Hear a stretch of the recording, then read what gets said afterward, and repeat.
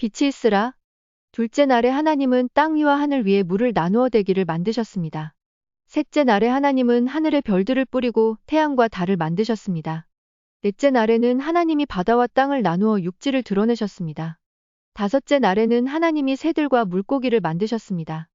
여섯째 날에는 하나님이 동물들을 만드시고 가장 위대한 창조물인 인간을 만드셨습니다. 하나님은 아담을 위해 동쪽에 에덴이라는 정원을 마련하시고 그곳에 두어 땅과 식물을 돌보게 하셨습니다. 하나님은 아담에게 모든 동물들을 다스릴 권한을 주셨지만 선악과를 먹지 말라고 경고하셨습니다.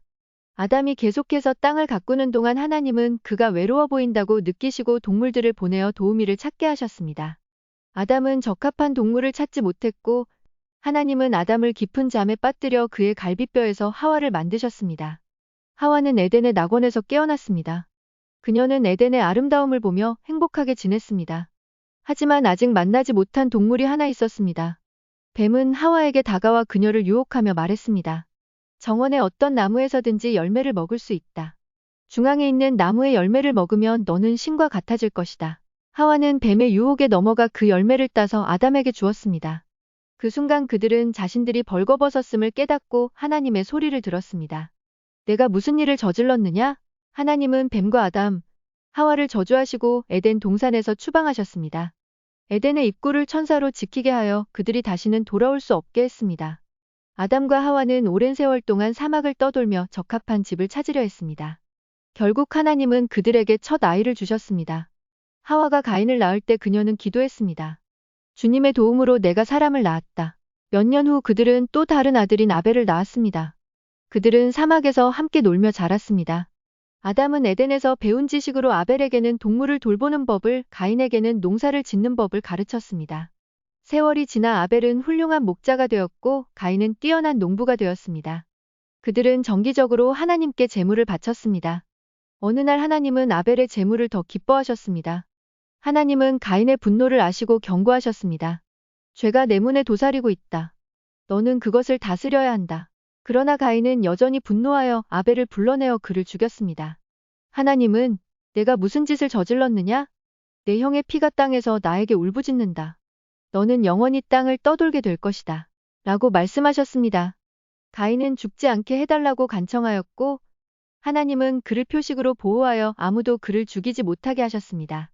가인은 부모와 마찬가지로 하나님의 존재에서 추방되어 떠돌며 새로운 아내와 함께 아이를 낳아 에녹이라고 이름 지었습니다. 가인은 몇십 년 동안 그의 아들의 이름을 따서 도시를 건설했으나 결국 떠나야 했습니다. 한편 아담은 그의 930년 동안 많은 자녀를 낳았으나 결국 죽음을 맞이했습니다. 10번째 세대의 인류를 구할 아들이 태어났습니다. 그의 이름은 노아였습니다. 악이 세상에 퍼졌습니다.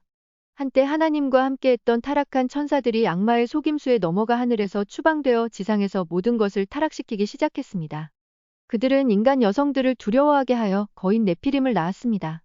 타락한 천사들은 인간의 마음도 타락시켜 폭력적인 악당으로 만들었습니다. 악이 퍼져나가면서 인류의 유일한 희망은 노아였습니다. 지난 500년 동안 노아는 하나님께 충실했습니다. 어느 날 그는 기도 중에 하나님께서 말씀하시는 것을 들었습니다. 모든 육체와 악을 멸하는 홍수를 일으키겠다. 방주를 지어라. 세계에 불가피한 멸망이 다가오면서 노아와 그의 아들들은 방주를 만들기 위해 열심히 일했습니다. 100년이 지나고 그들은 마침내 방주를 완성했습니다. 폭풍 구름이 형성되고 하늘에서 비가 내리기 시작할 때 하나님은 모든 동물을 한 쌍씩 보내어 방주에 태우셨습니다. 모두가 탑승하자 하나님은 방주의 문을 닫으셨습니다. 40일 밤낮으로 비가 쏟아졌습니다. 그 결과 모든 것이 사라졌습니다.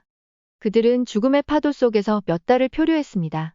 노아는 그의 아들들에게 에덴의 고대 정원과 가인의 이야기를 들려주었습니다. 몇 달이 지나도 땅이 보이지 않자 노아는 비둘기를 보내어 올리브 가지를 물고 돌아오게 하여 물이 줄어들기 시작했음을 알게 되었습니다. 방주는 물밑에 숨겨진 어떤 것에 부딪혔습니다. 물이 줄어들면서 노아는 그들이 산에 걸려 있음을 알았습니다. 방주에 탑승한 모든 동물들이 안전하게 있는 동안 하나님은 마침내 노아에게 문을 열라고 하셨습니다. 그들이 새로운 세상에 발을 디딜 때 하나님은 다시는 홍수로 세상을 멸하지 않겠다고 약속하셨습니다. 하나님의 약속은 무지개로 상징되었습니다. 노아가 아라랏산 위에 서서 새로운 세상을 바라보며 그의 이야기는 이제 막 시작되었음을 느꼈습니다.